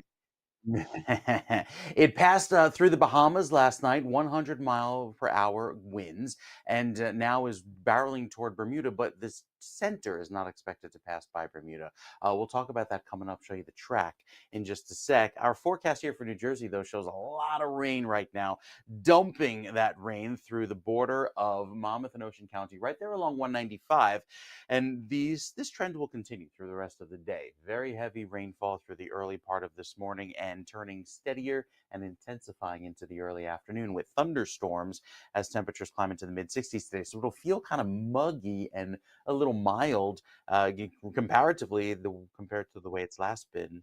It has been for the last few days. Let me get my words in order. Our forecast bringing back the steady showers this morning into the afternoon, heavier downpours, and this is all in advance of some very gusty winds, which take over later on this afternoon. 34-mile-per-hour winds right now in Millville, 33-mile-per-hour winds in Toms River. The wind advisory posted for the coastal neighborhoods, and that's currently, we could see those winds go as high as 50 miles per hour later today. So down to the tropics we go. Melissa, 105-mile-per-hour maximum sustained winds, likely keeping that intensity thereabouts, but you see there's Bermuda, and the track is just to the west. I still think with the storm breadth and the size of the storm allowing to impact Bermuda, at least with some rain and wind. Yeah, there will be some impact there felt on the island. All right, back here close to home, we have the easterly winds today. The thunderstorms get going early afternoon, last into 5 and 6 o'clock, but quickly clear out this evening. It'll be dry by midnight, and it stays dry with that southwesterly wind howling into tomorrow morning and afternoon. So very gusty winds again tomorrow, and with that, very dry conditions to finish out the day. So all of the rain and wind is done by tonight. We see the system push on through. It's still very windy tomorrow, but I guess it'll feel decent because the winds will be out of a drier direction. Saturday starts breezy, finishes calm, and the sunshine settles in for Sunday. Beautiful high pressure parked on top of New Jersey, bringing back clear sky and dry weather to even begin next week. The 7-day forecast, plenty of sunshine getting going early tomorrow, breezy all day, and with the winds lasting through Saturday, it's gusty for the first part of the day, but I think Sunday calms down, and Monday and Tuesday is also rather tranquil with those highs climbing into the upper 50s. Next week's weather also stays dry down the shore after you have all of the impacts, not just the wind, but the coastal flooding and the coastal erosion that'll happen down the shore today and tomorrow, and then it turns nice and tranquil into next week. So the first few days of November looking beautiful as October, Ken, it's going out kicking and screaming. Does not want to leave without a fight. Sounds like my life, Mike. That's like when I'm at the all-you-can-eat buffet. That's usually me. I'm like, Oh, yeah. "Please, you eat too much. Get out. Get out." Joe Nolan and I, by the way, Joe Nolan and I from Channel 7, we're the only ones that shut down a Chinese restaurant on the Upper West Side. They kicked us out at an all-you-can-eat buffet. I'm just saying. They really did. That's not a joke. That really happened. All right, don't believe me. All right, Mike, we will check back with you. 8:34 right now. Appreciate you. It is 51 degrees northern New Jersey, 56 in Trenton. In terms of traffic, we got a lot of it to report. We have a crash with injuries now on 78 westbound, east of exit 29 in Bridgewater. Check out the traffic on this. It's again 78 westbound, east of exit 29 in Bridgewater. One left lane of the 3 lanes goes. We don't have the 78 vids. Okay, we had it. All right. We have a crash also on 73 northbound south of Lincoln Drive, south in Evesham Township. 2 left lanes of the 3 lanes closed. And a crash on 22 eastbound west of New Providence Road in Mountainside, left lane closed. Over to the New Jersey Turnpike now. We have police department activity, outer roadway southbound, south of interchange 14, which is 78 in Elizabeth. The right lane is blocked. We have that? That's the one we pulled up. All right. So this is, so this absolute mess here, that's what we just talked about. So this is the Turnpike Police department activity, which could be anything. That could be an investigation of a very serious accident when they say that. The outer roadway southbound south of interchange 14 in Elizabeth, the right lane is blocked, and it's causing the mess you see right there. Crash on the Garden State Parkway southbound, exiting at 151 Watchung Street in Bloomfield. All lanes are open, and we have a crash on the Garden State Parkway southbound, south of exit 102 Asbury Avenue, Tinton Falls, with the left lane blocked. Down to exit 58 on the Garden State, we have a crash in Little Egg Harbor Township as well. And your Hudson River crossings right now, the Lincoln is calling for 35 minutes to get across. It's 25 to 30 at the Holland. GWB is a little better. They're saying 35 to 40. Still looks pretty heavy to me. Upper level is on the right. That's the better choice, apparently, not by much. Please don't go on the shoulders like that. That is a very serious accident and a big traffic ticket. And on the left there, you see the lower level. It's running about 5 minutes slower. 8:36. President Trump and Chinese leader Xi Jinping met in Busan, South Korea earlier this morning, looking to cool an increasingly heated relationship. The two sides discussed moves on tariffs, finalizing the TikTok deal, combating fentanyl, and access to rare earth minerals. With a November 10th deadline approaching to reach a tariff deal, what began as Trump's crackdown on the flow of fentanyl into the U.S. has broadened into a longer list of trade and security issues. Meanwhile, the U.S. and South Korea have finalized the major components of a trade deal during Trump's Asia trip, committing South Korea, I should say, to roughly $350 billion in U.S. investment. The investment package is structured as $200 billion in cash over 10 years and $150 billion in shipbuilding and industrial cooperation. Think of the legacy President Trump is leaving for the years after he leaves office. Whatever president comes in, Democrat or Republican, is going to inherit hundreds of billions of dollars of foreign investment that would not have happened without this man. So you could hate him, call him orange man bad, evil, whatever you want. This would not happen, and it did not happen under Biden. It did not happen under Clinton. It did not happen under Obama. This guy could be crazy, but he's bringing literally trillions of dollars back to the United States. So you can hate him all you want, but your pocket's going to be lined and you will benefit from him. By the way, the deal, the quid pro quo that Korea got, South Korea, is the president dropped the tariffs from 25 to 15% for them. And Trump received South Korea's highest civilian award and significant ceremonial honors during the visit. When I hear liberal friends of mine saying, we're the laughing stock of the world with this guy, bullshit. Bullshit. We're not. The fact is, countries do not hand trillions of dollars of business and cash to a country if we're the laughing stock. What did we get under Biden? Okay, and even if we are the laughing stock, I'd rather be the laughing stock and get $2 trillion in investment than be respected and get nothing. They respect you to your face, and then that's what they do behind your back. So I think they speak to power. And when they see a guy who's serious, who commands the military, and who stops wars everywhere in the world that he goes, that is a serious guy. Like him or hate him, it's good for the country. So suck it up, put your pride in your pocket, and move forward and stop with your Trump derangement syndrome. Grow up. Try it for a few years. 8:38, a 75-minute ground stop was ordered at Newark Airport yesterday afternoon, the apparent result of staffing issues that come amid the historic federal government shutdown. Departures were grounded from 3 to 4:15 p.m. Following the stop, flights out of Newark were on a 40-minute delay. Air traffic controllers missed their paychecks Tuesday because of the ongoing government shutdown. We don't know if there's a connection, but there could be. Transportation Secretary Sean Duffy and the head of the Controllers Union are concerned that increasingly stressed out controllers will call out sick. President Trump announced that he has ordered the U.S. to resume nuclear weapons testing immediately, saying that he directed the Department of War to match other nations' programs. He called the move a necessary step to maintain global parity. Trump wrote in a Truth Social post last night, quote, the United States has more nuclear weapons than any other country. This was accomplished, including a complete update and renovation of existing weapons during my first term in office. If President Trump had not done that, Russia would have far surpassed us with nuclear weapons. And you don't want that. The announcement comes days after Trump warned Russian President Vladimir Putin the U.S. has a nuclear sub stationed literally right off the shores, Vlad. So all those people who say that Trump is Vladimir Putin's puppet.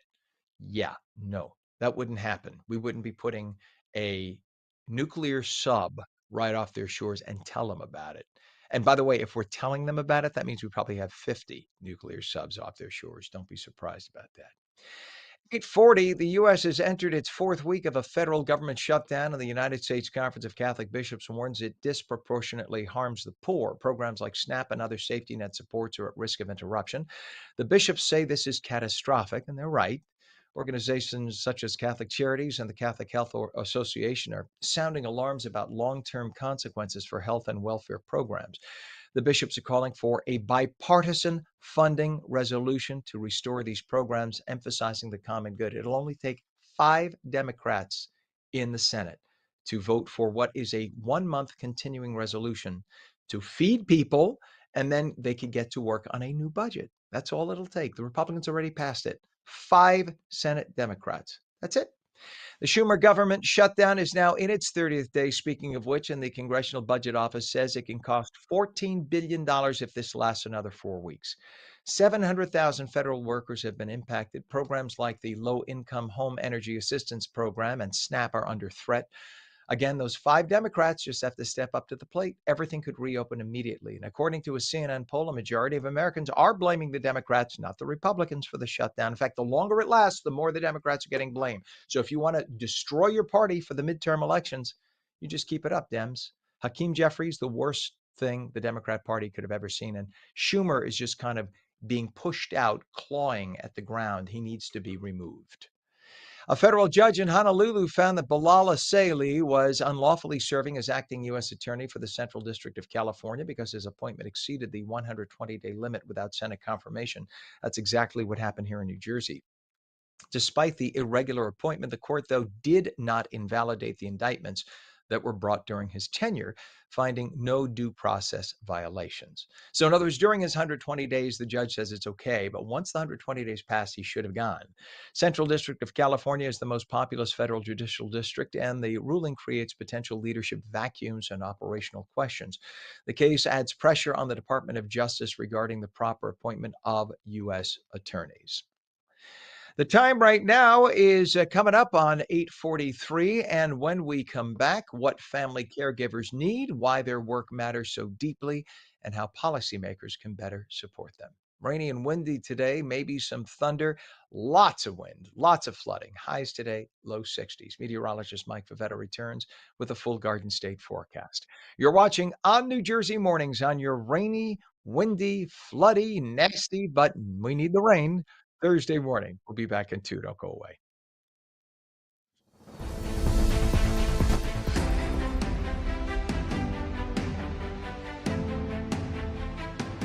Hey, New Jersey, want to choose how you live as you age? Tune into AARP. Today, we're turning our attention to the millions of family caregivers here in New Jersey and across the country. The sons, daughters, spouses, friends, and neighbors who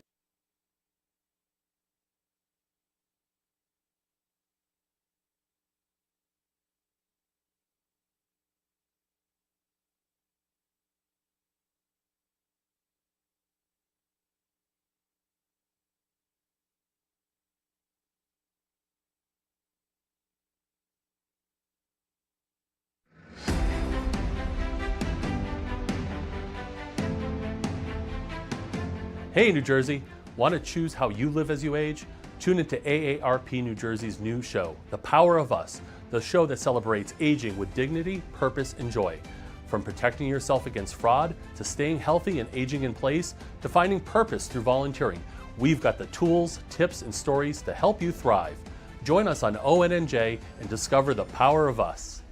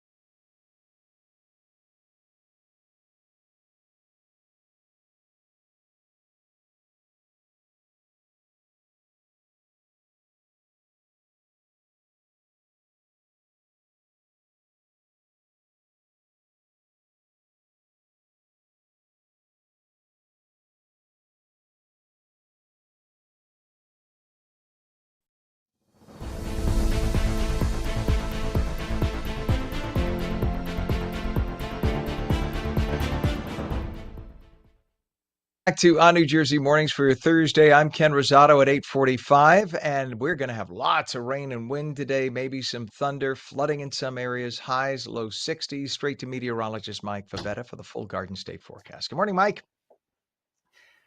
Hey, Ken, good morning to you. Yeah, quite a bit of rain and wind coming down right now. In fact, with that, there's some steady showers happening in the northeastern corner of the state, up toward Bergen County, through Kearney and Newark, and even over in Hudson County.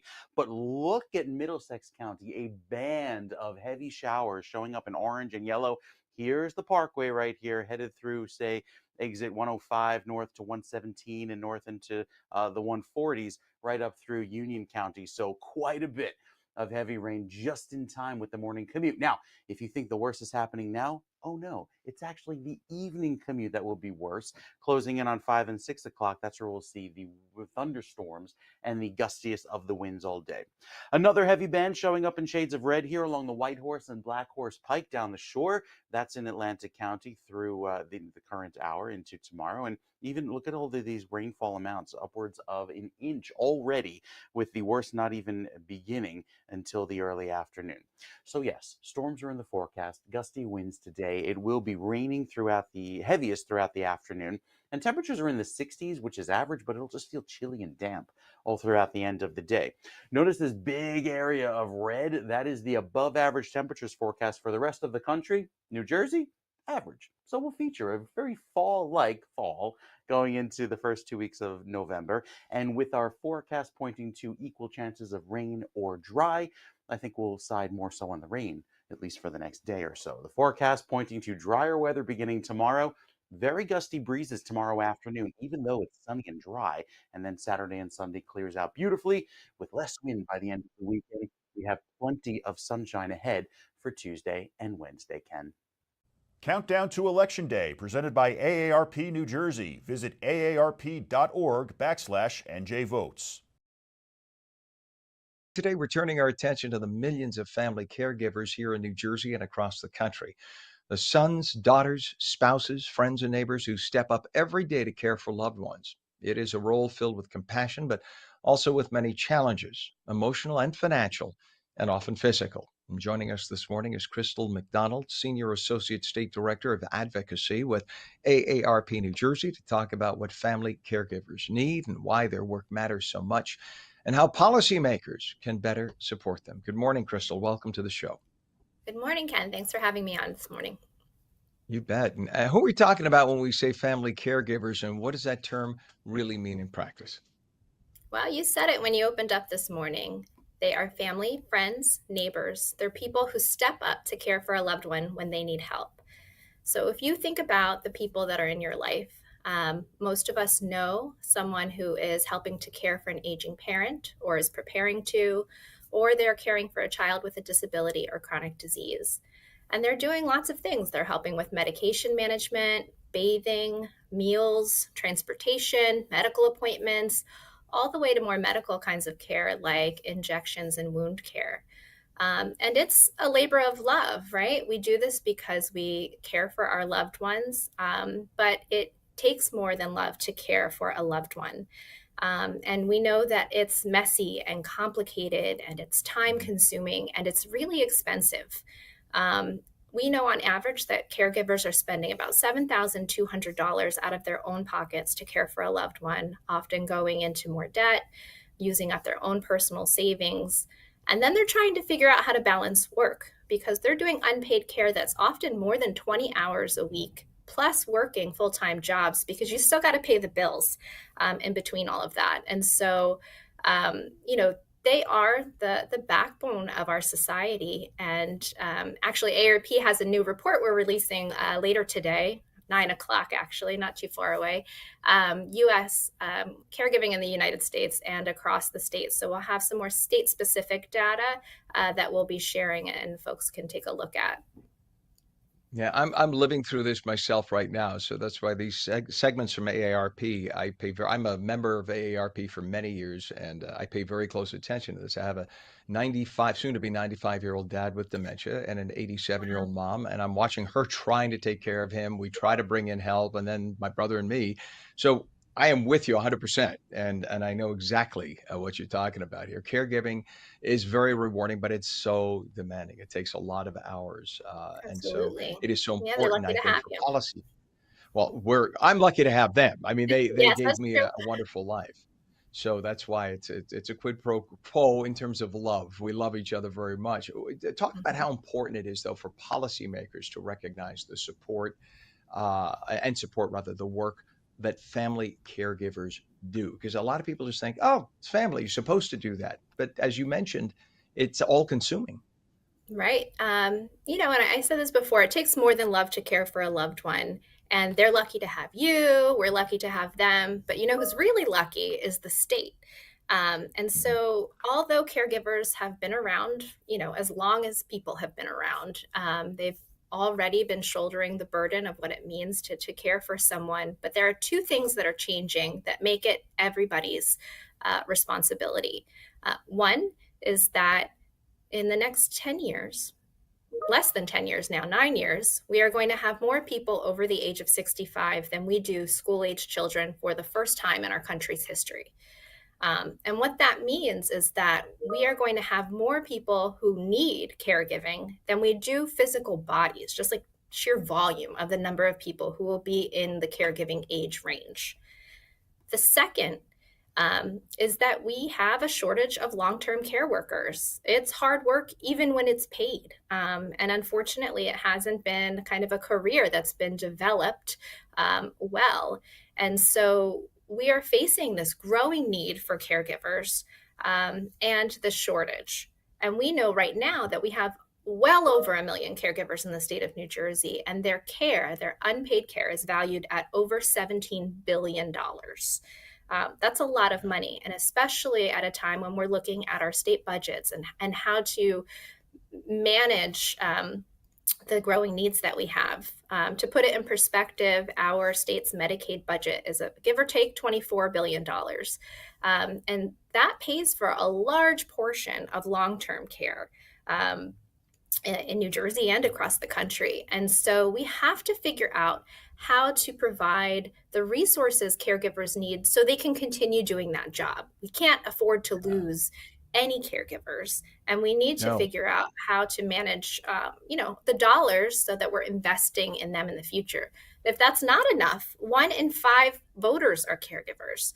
That's a lot of people, and they overwhelmingly, across partisan lines, support candidates who work to encourage and provide better caregiving policies.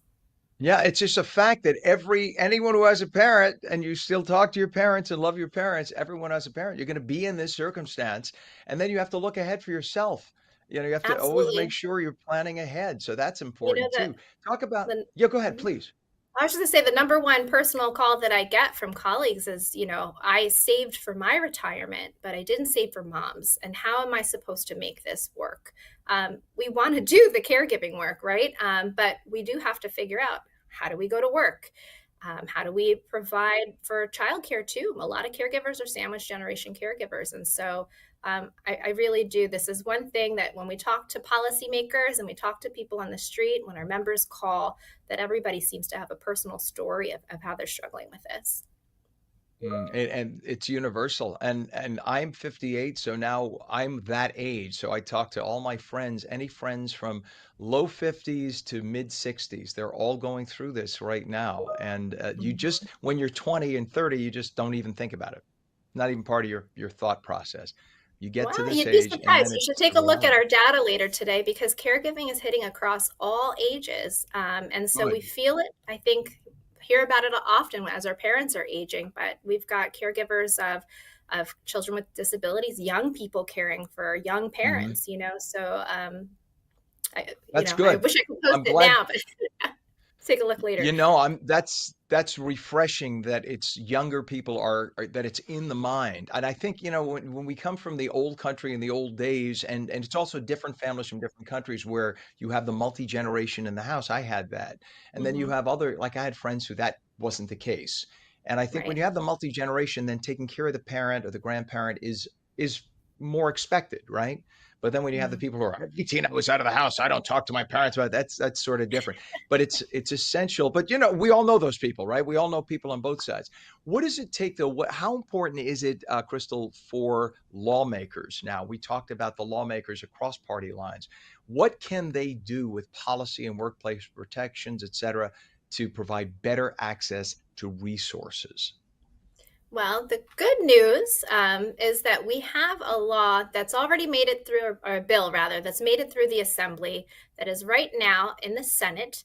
And they have the opportunity to provide better job protections for family caregivers. So, one thing that's great about New Jersey is that we have a New Jersey Family Leave Insurance Program. And this program allows workers to apply who are caregiving for someone who has Right. a serious illness or condition. And right now, everyone pays into that program, but not everybody I has don't mean job protection.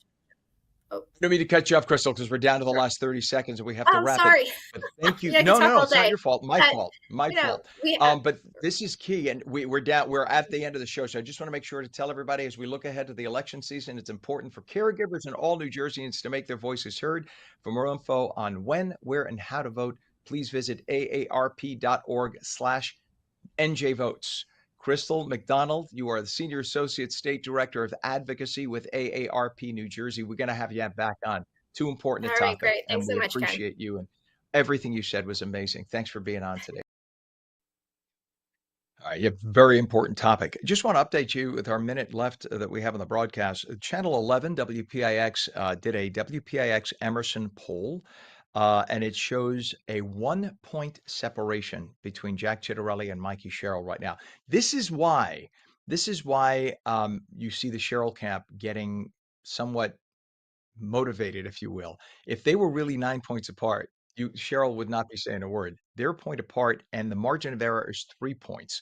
So this has Mikey Sherrill at 49% and Jack Chitterelli at 48%.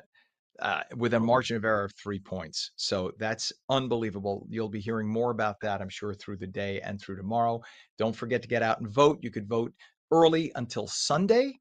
And then after that, you have to wait until Tuesday and vote in person. I hope you get out your vote. Get out there and make sure you do it. And don't forget to vote for the assembly as well. Every assembly seat is up for grabs. If you want to get some action, change the assembly. That's the only way to get things done.